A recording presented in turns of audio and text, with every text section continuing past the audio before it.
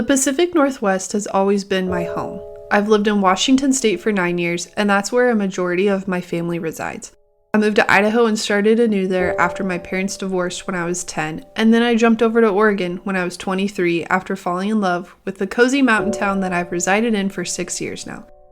The rain is my comfort, the mountains my mystery, and the ocean an absolute captor of glory. Coffee here in the Pacific Northwest is a staple, and I've always joked that even Sasquatch is picky about his coffee. And although this area is cozy and comforting, there's always been a mystery and secrecy to it too. I'm Lorna Bailey, and you're listening to Coffee with Sasquatch.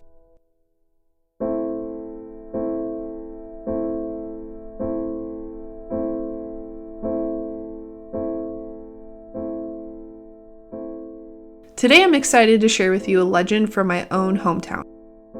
Growing up in Sandpoint, Idaho, I was lucky enough to live right on the gorgeous, peaceful, but expansive Lake Ponderay. Shortly after moving to Sandpoint, my sister and I began enjoying the clear, cold water and went swimming often. There's honestly nothing like coming home from school on a hot September day, immediately changing into your swimsuit, running across the lawn, and jumping into the lake carefree. We canoed all over the place, fearlessly exploring the cove our house was nestled into. But it wasn't long, though, after moving there that we began hearing rumors. Rumors about a monster that lived in the lake. Was he friendly? Sometimes. Other times, not so much. His name, the Ponderay Paddler.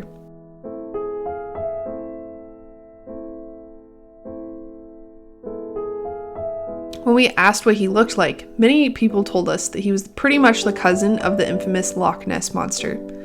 I'll be honest, I tried to always put on a brave front when we were out on the water. I didn't want to believe it was real. But it was really disconcerting when we would take our boat out and the depth finder would max out at 999 feet. Lake Ponderay is the 5th deepest lake in the United States. 999 feet is deep, and to think the lake went beyond that. Lake Ponderay stretches as far down as 1,150 feet deep. My friend's dad worked for the Navy's Farragut training station testing submarines out there. And the station was famous in our town for being chosen by Eleanor Roosevelt herself in 1942. Interestingly enough, that's when sightings of the Ponderay Paddler began to appear. The Navy denied for years having a testing station out there, hoping to claim secrecy and protect their operations. I kind of think they hoped that the legends of the Ponderay Paddler would cover their operations, but later on the Navy did admit to the station being there. But being in the deeper parts of the lake, I would always peer over the edge of the boat and wonder, far, far down there in the pitch black depths, could it be lurking down there? Did it have sharp teeth? Was it covered in scales? Oftentimes we would stop the boat on a hot day and jump out for a swim. And on more than one occasion, too often, something would lightly brush against my foot or my leg, just ever so slightly. It was Memorial Day 1985. Julie Green, a teacher from Coeur d'Alene, Idaho, and her friends had decided to jump in her boat and go for a ride to celebrate this sunny day. They flew across the sheer, smooth top of the water. Not an ounce of wind was to be felt, and you could have mistaken the water as glass. It was a perfect day for a ride on the boat. Laughing with her friends as she steered the boat, she suddenly looked ahead and was caught by surprise when a large V-shaped wave crossed about 200 yards in front of them. What was that?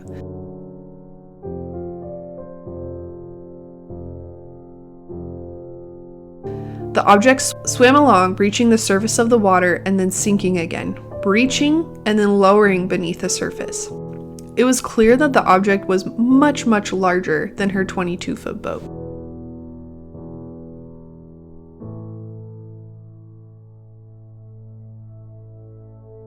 Eager to see what kind of thing would be making such movements, she gunned her boat ahead, but the object soon outran her, never to be seen again that day. The year before that, in 1984, North Idaho College professor James R. McLeod gathered a cryptozoological research group to finally put to rest the rumor of the Ponderay Paddler. Their conclusion? The Ponderay Paddler exists, but it's not what you think. It's reportedly a large prehistoric sturgeon.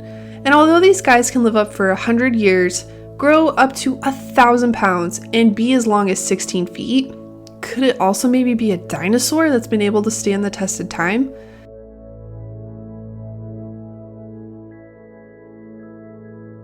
The dinosaur Papoplesiosaurus matches all too well the descriptions that folks have shared when they claim to have run into the Ponderay Paddler. The residents of Sandpoint can always enjoy their lake, but you have to wonder, what is it that's truly below the surface?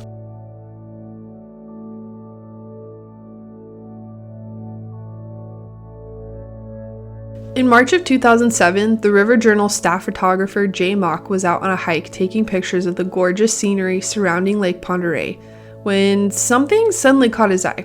The picture displays, sure enough, a gray-colored object barely breaching the surface and a V formation following it, eerily similar to what Julie Green and her friends claimed to have seen on that Memorial Day ride.